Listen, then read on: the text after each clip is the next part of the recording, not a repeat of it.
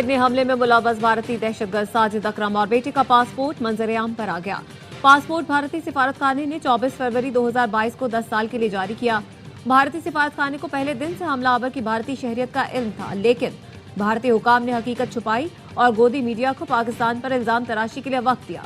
गुमराह कुन मजमूम कोशिश पाकिस्तान को आलमी सतह पर बदनाम करने के लिए की। द गार्डियन के मुताबिक ऑस्ट्रेलिया ने 2020 में भारतीय एजेंसी रॉ के 2 अहलकारों को मुल्क बदर किया था। इक़दाम नेटवर्क के खिलाफ किया गया, जिसे ऑस्ट्रेलियाई खुफिया इदारे ने जासूसों का गठजोड़ करार दिया था। सिडनी हमले में मुलव्वस दोनों दहशतगर्द भारतीय एजेंसी रॉ से मुंसलिक हो सकते हैं।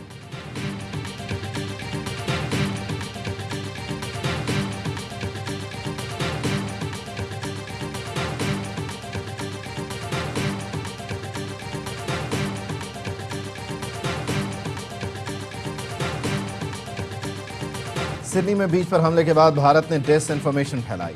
फौरी तौर पर इल्जाम पाकिस्तान पर लगा दिया। बगैर तस्दीक और शवाहिद के पाकिस्तान के खिलाफ प्रोपेगेंडा किया गया, लेकिन अब वाज़ेह हो चुका दहशतगर्दों का ताल्लुक भारत से है। वज़ीर इत्तलात अता तारड़ की गैर मुल्की मीडिया को न्यूज़ ब्रीफिंग। कहा, भारत पाकिस्तान में मौजूद दहशतगर्द ग्रोहों की फंडिंग कर रहा है। फिलिपाइन के सदारती तर्जुमान का कहना है, बोंडाई बीच पर हमला करने वालों की फिलिपाइन में ट्रेनिंग का कोई सबूत नहीं मिला। फिलिपाइन को दाइश के तरबियती मरकज के तौर पर पेश करने की रिपोर्ट मुस्तरद करते हैं।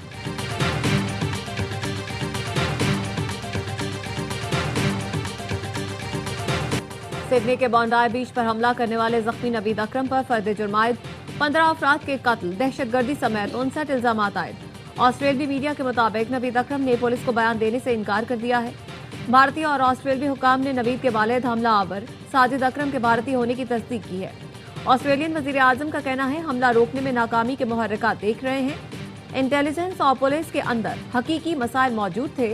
हमलावरों को बंदूकों तक रसाई और फिलिपाइन के सफर की इजाजत कैसे दी गई?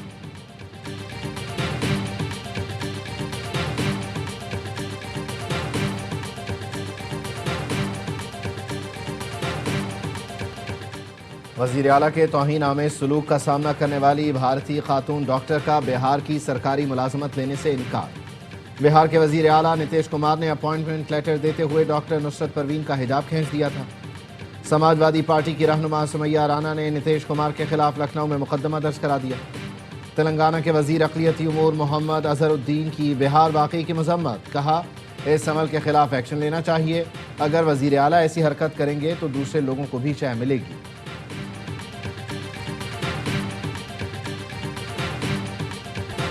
इखलाकी पस्ती की इंतहा, पहले नीतीश कुमार और अब उत्तर प्रदेश के वजीर संजय निषाद एक के बाद एक मुतासिब भारतीय सियासतदानों की बेशर्मी और झटाई मंजर-ए-आम पर आने लगी।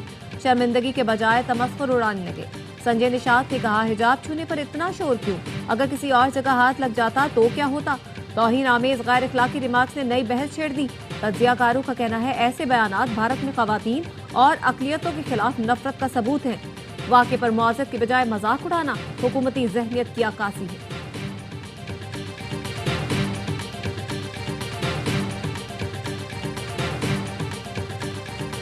गुड्स ट्रांसपोर्टर्स की हड़ताल के बायस बंदरगाहों पर दरामद और बरामद कंटेनर्स की होल्डिंग का काम बंद। हज़ारों कंटेनर्स बंदरगाहों पर फंस गए। ट्रांसपोर्टर्स और कंटेनर्स की अदम दस्तियाबी के बायस बरामद कुनंदगान को माली नुकसानात का सामना। FPCCI का ट्रांसपोर्टर्स की हड़ताल और पंजाब हुकूमत के साथ तनाज़े पर तशवीश का इजहार। सदर FPCCI आतिफ इकराम ने कहा, ट्रांसपोर्टर्स हड़ताल के मनफी असरात मुरतब हो रहे हैं। खाम माल बर वक्त न मिलने से सनती यूनिट्स में पैदावारी अमल रुक चुका है।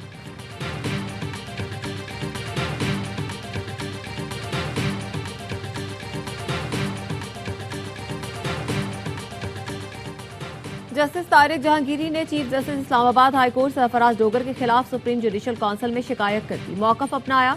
चीफ जस्टिस सरफराज डोगर ने ज़ेरे इल्तिवा केस पर मुझसे बात की और कहा, मुझ पर दबाव है, आप मुस्ताफ़ी हो जाएं। ज़ेरे इल्तिवा मुकदमे पर बात करना और मुस्ताफ़ी होने का मशवरा देना मिसकंडक्ट है। उन्हें ओहदे से बरतरफ किया जाए। जस्टिस तारिक जहांगीरी ने डिग्री तनाज़ा केस में काबिल समाअत होने का फैसला वफाकी आईनी अदालत में चैलेंज कर दिया। इस्लामाबाद हाई कोर्ट का केस काबिल समाअत करार देने का फैसला कलअदम करार देने की इस्तदा। इस्लामाबाद हाई कोर्ट में 3 दरख्वास्तें दायर कर दी।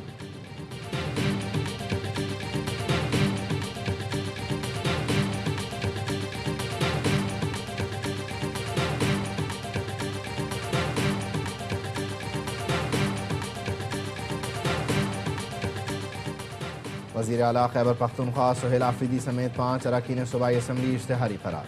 शफी जान, मीना खान, इकबाल आफरीदी को 30 रोज़ में इस्लामाबाद की इंसदाद दहशतगर्दी की अदालत में पेश होने का हुक्म। मुल्ज़मान के पेश न होने की सूरत में कानूनी कार्रवाई करने का इंतबाह। अगर सूबाई हुकूमत प्रॉपरली बिहेव करेगी तो फिर क्यों फेडरल हुकूमत जो है गवर्नर राज लगेगी। अगर चीज़ें इस हद तक आएंगी कि अनकंट्रोलेबल होंगी तो फिर उसके ऊपर जो है आइन में शिक मौजूद है। गवर्नर राज का इन्हिसार सूबाई हुकूमत के रवैये पर है। महाजा राय की सियासत की गई तो कानून अपना रास्ता इख्तियार करेगा। गवर्नर राज से मुतालिक आईनी तरीकाकार वाज़ेह है। गवर्नर खैबर पख्तूनख्वा फैसल करीम कुन्नी कहते हैं PTI और सूबाई हुकूमत के फैसले अडयाला जेल से हो रहे हैं। मानी PTI को पंजाब से किसी और सूबे मुंतकिल किया जाना चाहिए। KP की मजमूई सूरत हाल तबाही का शिकार हो चुकी है। साबिक वज़ीर आला आलिम हिंद गंडापुर ने गालम गलोच की सियासत को फरोग दिया।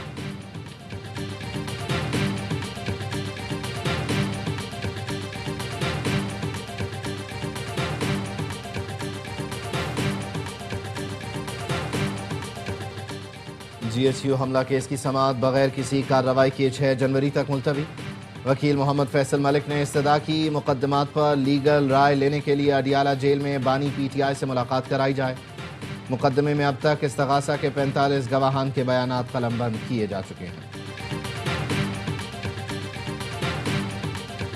ततीद बार हमने इसकी सफाई की रिक्वेस्ट भी दी है। अगर आप लोग भी रिक्वेस्ट करेंगे तो आम कहाँ जाएगी। देखिए हमारा ये डोमेन नहीं है नालों का। अगर हमारा डोमेन होता, किसका डोमेन? ये मेयर कराची का है, उसने अपने हाथ में रखा हुआ है, हमें देता ही नहीं। कराची के इलाके कोरंगी नंबर 4 जमान टाउन में बुजुर्ग शहरी नाले में गिरकर जाँ बहक। फुटेज में देखा जा सकता है बुजुर्ग शहरी अचानक नाले में जा गिरा और मौके पर जाँ बहक हो गया।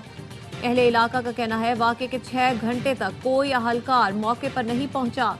मुतवफ़्फ़ी जमान टाउन सेक्टर 34 का रिहायशी था। IMF का कहना है 4 साल में पाकिस्तानी बरामदात 13 अरब 79 करोड़ डॉलर इजाफे के साथ 46 अरब डॉलर तक पहुंच सकती हैं। 2030 तक मजमूई दरामदात 18 अरब 70 करोड़ डॉलर इजाफे का तखमीना है। नवंबर में पाकिस्तान का current account 10 crore dollar surplus रहा। स्टेट बैंक का कहना है अक्टूबर में 29 करोड़ 10 लाख डॉलर का करंट अकाउंट खसारा, जबकि नवंबर 2024 में current account 70 crore 90 lakh dollar surplus था।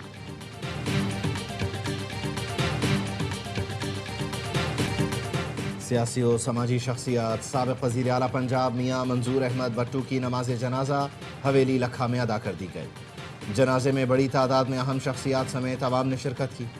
मियाँ मंजूर भट्टू 1985 से 1993 तक 3 मरतबा स्पीकर पंजाब असम्बली भी रहे। दुनिया के 5 अमीर तरीन खानदानों में 3 का ताल्लुक अरब दुनिया से है। ब्लूमबर्ग ने अमीर तरीन खानदानों की फहरिस्त जारी कर दी, जिसके मुताबिक अमेरिका का वाल्टन खानदान सर फहरिस्त है, जिसकी दौलत का तखमीना 513 अरब डॉलर लगाया गया है। अल नाहयान खानदान 335 अरब डॉलर के साथ दूसरे, सऊदी अरब का अल साउद खानदान 213 अरब डॉलर के साथ तीसरे, जबकि कतर का अल सानी खानदान 199 अरब अमरीकी डॉलर के साथ चौथे नंबर पर है।